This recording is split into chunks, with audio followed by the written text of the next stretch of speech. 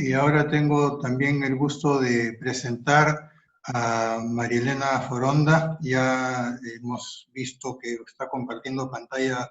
con nosotros, va a hablar ella sobre el ordenamiento territorial.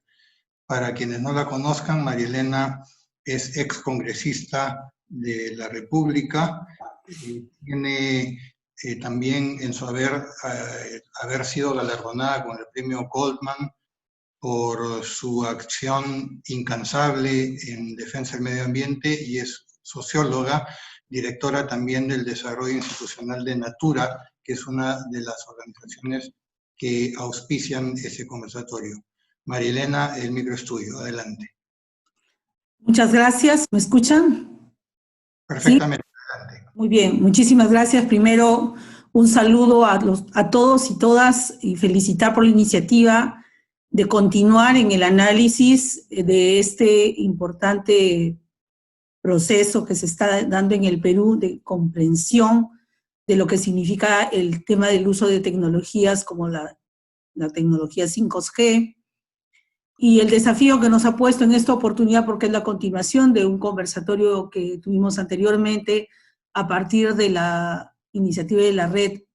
denominada Radar Verde, una plataforma de acción y de compromiso político ciudadano en defensa de los derechos ambientales de todos los seres vivos.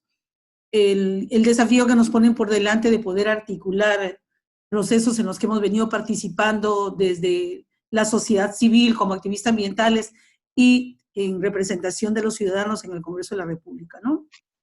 Yo quisiera empezar mi presentación indicando que la iniciativa del ordenamiento territorial es un proceso que ha venido dándose desde 1960 en el Perú, y como tal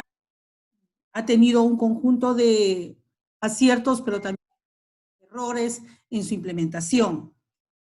Y uno de ellos tiene que ver específicamente con la falta, con el entendimiento de cómo llevar adelante un proceso de ordenamiento territorial que en un país como el Perú, que ya lo explicó también Hugo, que ha sido viceministro de Recursos Naturales, mega diverso, es uno de los países, permítame a ver si utilizo bien esto, ok, es uno de los 11 países con mayor biodiversidad del mundo, tiene una alta diversidad ecológica de climas, de pisos, de ecosistemas productivos, y en superficie de bosques ocupamos el segundo país a nivel, en América Latina y a nivel mundial, y tenemos casi cerca del 13% de los bosques tropicales, ¿no? Además de las 117 formas de vida reconocidas a nivel internacional y a nivel nacional como parte de lo que es nuestro valor comparativo frente a otros países, ni hablar de lo que tenemos frente a nuestras bahías, a nuestros mares, en términos de biodiversidad. Además de esta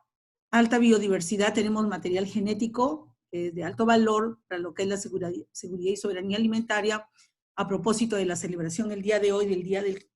del Campesino, ¿no? Y que es la base de lo que ahora nos está salvando. Los pequeños agricultores, a través de esos programas de alimentación de la olla a la mesa, nos están salvando en esta terrible pandemia que estamos enfrentando, ¿no?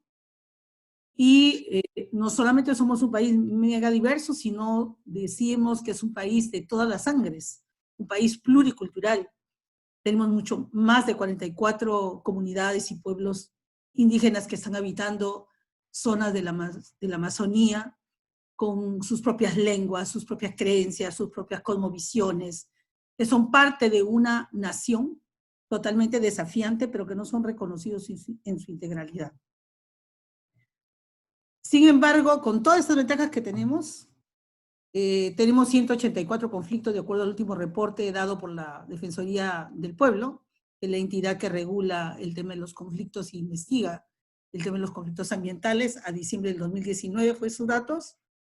y el vínculo de estos conflictos son por la actividad minera y también por la actividad petrolera, ¿no? Y ahí tienen ustedes solamente un cuadrito donde llegan a demostrar a qué se debe cuando uno superpone en el mapa del Perú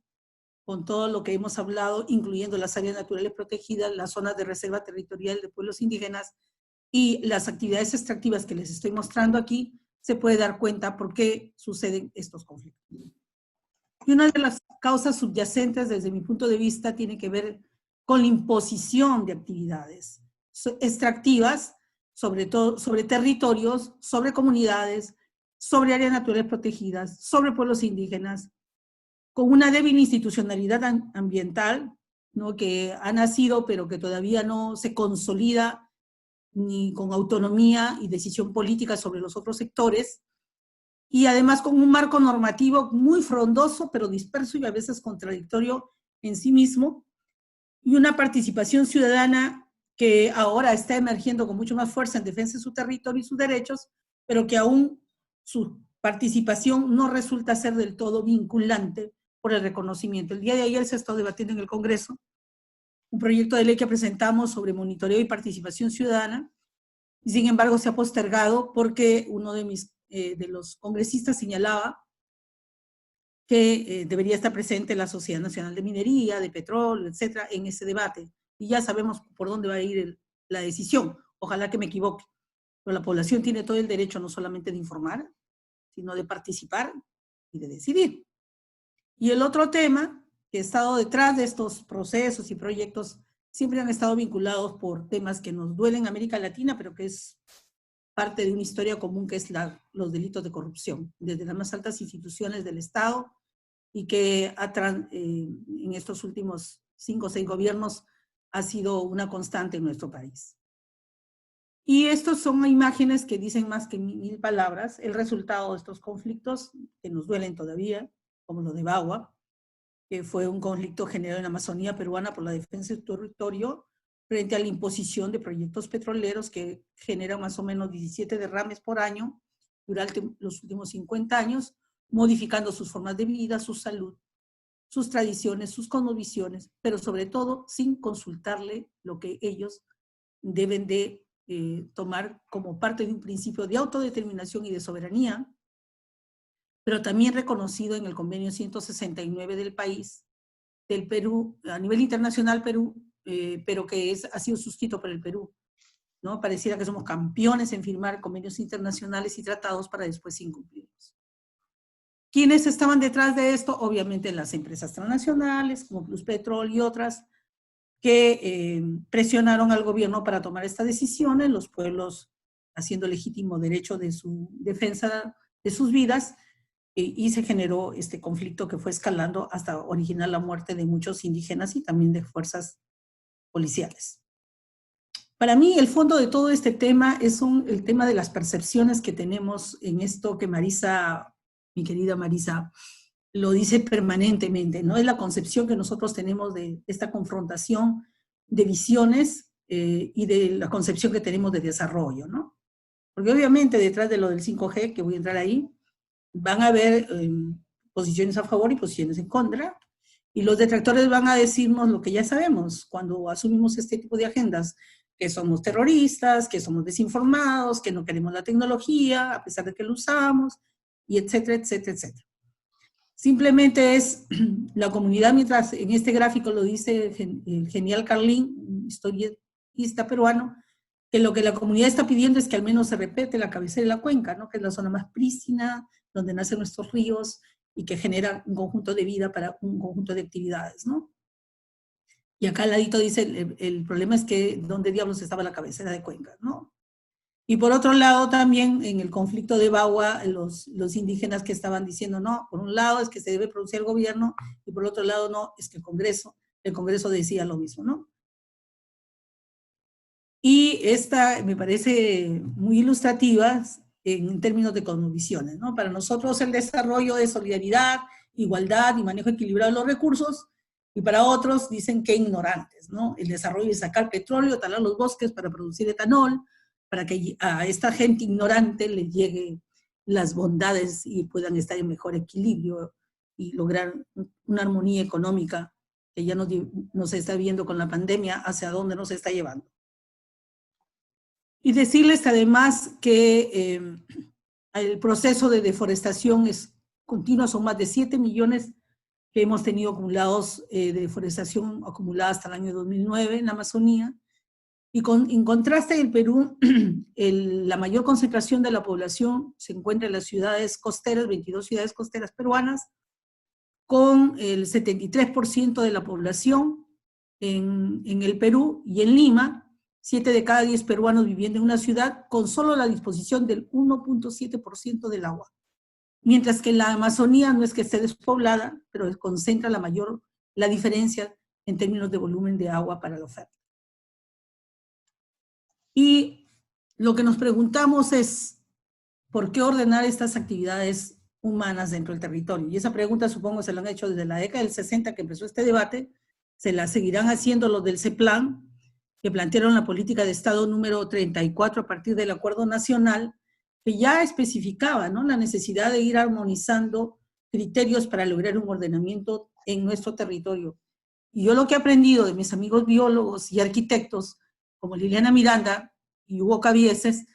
economista, es que el territorio no solamente es el suelo, pues ni la tierra, ¿no? El territorio es mucho más complejo. Es lo que alberga la vida de los seres bióticos, abióticos, el clima, el aire, el suelo, el subsuelo, el paisaje,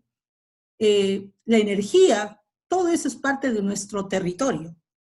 Por lo tanto, cuando vemos estos desórdenes que se dan de dragados, quema de bosques, ni hablar de la informalidad y crecimiento urbano desordenado,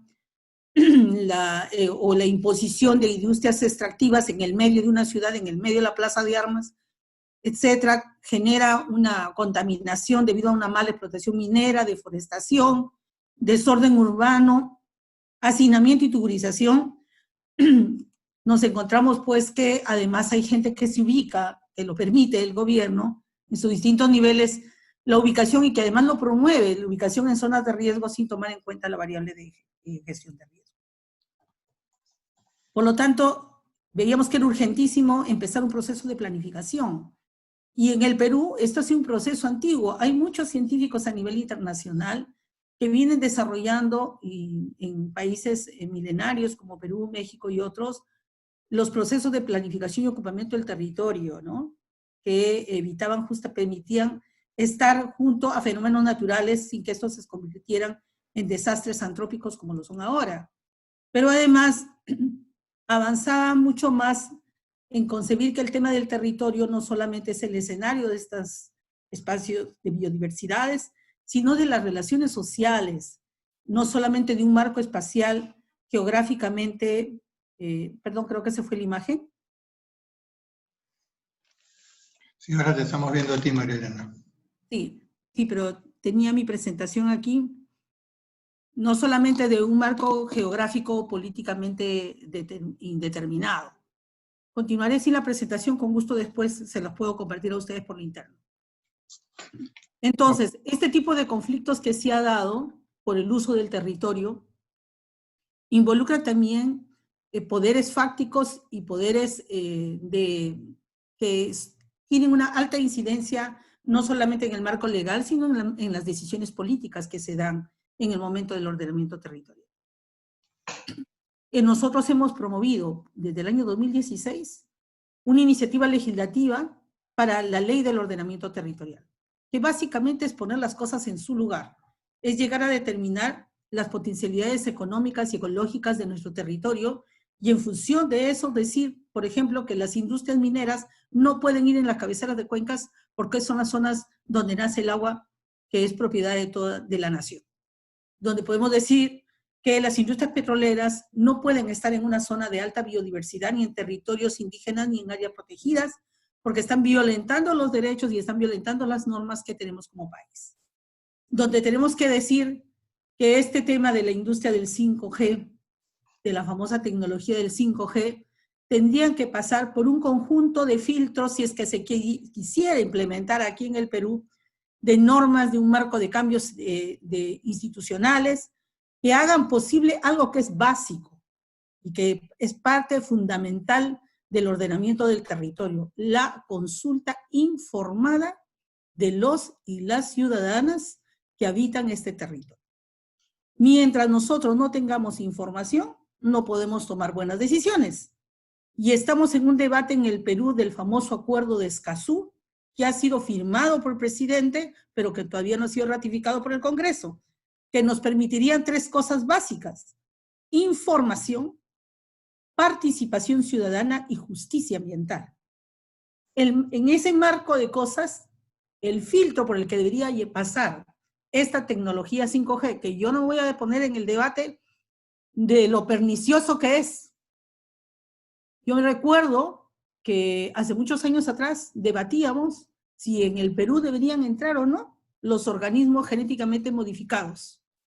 Y salían voces a favor y voces en contra. Mientras la Organización Mundial de la Salud, entidad tan desacreditada últimamente, no daba una opinión certera de los beneficios o de los daños que generaban este tipo de introducción en un país como el Perú, con una biodiversidad que les mostré, la introducción de organismos genéticamente modificados. Es exactamente para mí el punto de debate en el cual estamos en la introducción de una tecnología del que no sabemos a ciencia cierta los beneficios que supuestamente trae. Y yo me pregunto, estaba revisando un poco la prensa internacional, que países como Australia, países como Nueva Zelanda, han cuestionado el ingreso de tecnología 5G como parte de su desarrollo tecnológico. Y el debate que estaba detrás de esto es por el tipo de empresa que venían. Entonces ahí se me cayó mi ilusión, porque en este conflicto, obviamente Estados Unidos y China, que son los que controlan los mercados de las telefonías a nivel global, son los que tienen la voz cantante y sonante para ver quiénes son los que ponen en el mercado este tipo de inversiones, y detrás de ellos, obviamente, empresas de telefonía que son muy conocidas por todos, ¿no? Entonces, el mercado otra vez imponiendo procesos tecnológicos sin que pase por los filtros adecuados de información técnica, sí que pase por procesos de consulta ciudadana, sí que pase, que es parte del ordenamiento de nuestro territorio, sí que pase por una evaluación de los propios ciudadanos si es que esto es conveniente o no para el desarrollo y de qué tipo de desarrollo estamos hablando. Y además de esto, violentando un conjunto de derechos que han sido ya violentados y que lo ha explicado muy bien Marlene, de los pueblos indígenas. Allí no se consulta absolutamente nada. Así, a sangre y fuego, se ha impuesto proyectos extractivos, se vienen desarrollando proyectos de oro dentro de las comunidades y de los pueblos en aislamiento voluntario, con gran riesgo para su salud y para su vida, por el tema de derrames de mercurio y el tema de derrames de petróleo, en una zona que es de alta biodiversidad y reserva de agua dulce y también de alimentos para todos, no solamente para el país. Supongo que lo mismo sucede en Brasil, y lo mismo sucede en Bolivia, y lo mismo sucede en Colombia, y lo mismo sucede en México, cuando se trata de imponer proyectos a sangre y fuego, lo digo, porque lamentablemente en el Congreso anterior, que fue clausurado, ¿no? Que fue cerrado por iniciativa de algunos parlamentarios, entre los cuales me ubiqué, simplemente la criminalización de la protesta social está dirigida para aquellos que están cuidando, levantando estas voces de alerta, de prevención, de decir un momentito, es mi territorio, es mi vida, es la vida de los otros seres vivos, y como tal tenemos todo el derecho de poder decidir informados y con una información que tenga base científica demostrable. Yo he estado leyendo ahorita algunos WhatsApps que han mandado, cuestionando mucho la presentación de la primera ponente, ¿no? A quien yo le agradezco mucho por su valentía y su capacidad para poder expresar sus ideas. Y me preocupa mucho el nivel de intolerancia que salen inmediatamente cuando se ponen temas que son bastante cuestionables y polémicos, como el tema de las redes 5G. Quisiera terminar señalando que en este proceso de ordenamiento territorial en el Perú y en América Latina, en las regiones, tomemos en consideración los temas de las consultas y de la articulación de los movimientos ciudadanos de los pueblos, agotando obviamente las vías previas dentro de nuestros propios países y levantando voces de alerta. Si estamos equivocados, bueno, lo reconoceremos, pero si tenemos la razón, también que lo reconozca. Mientras no se define si es una cosa o la otra, principio precautorio, que ya lo desarrollará Guillermo en su mayor extensión. Un principio precautorio que garantice y vele, está reconocido en la Constitución Política, está reconocido en la Ley Orgánica del Ambiente del Perú, que garantice y vele el derecho de los seres humanos a vivir sin riesgo, de los seres vivos a vivir sin riesgo, sin que esto elimine ni hipoteque nuestra vida ni la vida de las generaciones futuras. Quizás esto puede ser muy trillado y frases ya hechas, pero lo cierto es que es una realidad demandante. Y mientras no articulemos la parte técnica, económica, social, ambiental, cultural, política, en las decisiones para la gestión de nuestro territorio y la defensa de nuestros derechos, esto va a seguir siendo un tema decidido fuera del Perú, en otros espacios y quizás con claros visos de corrupción que nos enteraremos 10 años después. Suscribo plenamente la visión que se tiene sobre este proceso.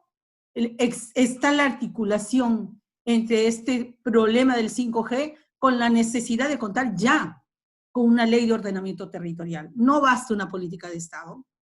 Necesitamos esa ley de ordenamiento territorial que sabemos que va a ser muy difícil mientras tengamos las presiones de los lobistas, que lo que quieren es un país desordenado para hacer lo que les venga en gana y robar a forro. Espero que las palabras que les estoy diciendo motiven a un nivel de reflexión de abogados, de economistas, de sociólogos, de biólogos, de arquitectos, que nos integremos en este análisis serio, profundo, de revisión de data, de bases, de información, porque no somos diablitos con trinchetes. Nosotros no estamos en contra del buen vivir, prefiero denominarlo así. Nosotros estamos en contra de un desarrollo que nos está llevando a la situación en la que estamos ahora, de no podernos ver, de no podernos abrazar, de no poder estar en contactos entre nosotros con nuestros hijos, porque están poniéndose en riesgo nuestras propias vidas. Y los derechos de las personas, los derechos de la naturaleza, los derechos humanos, no pueden ser negociables. Muchísimas gracias. Gracias, María Elena.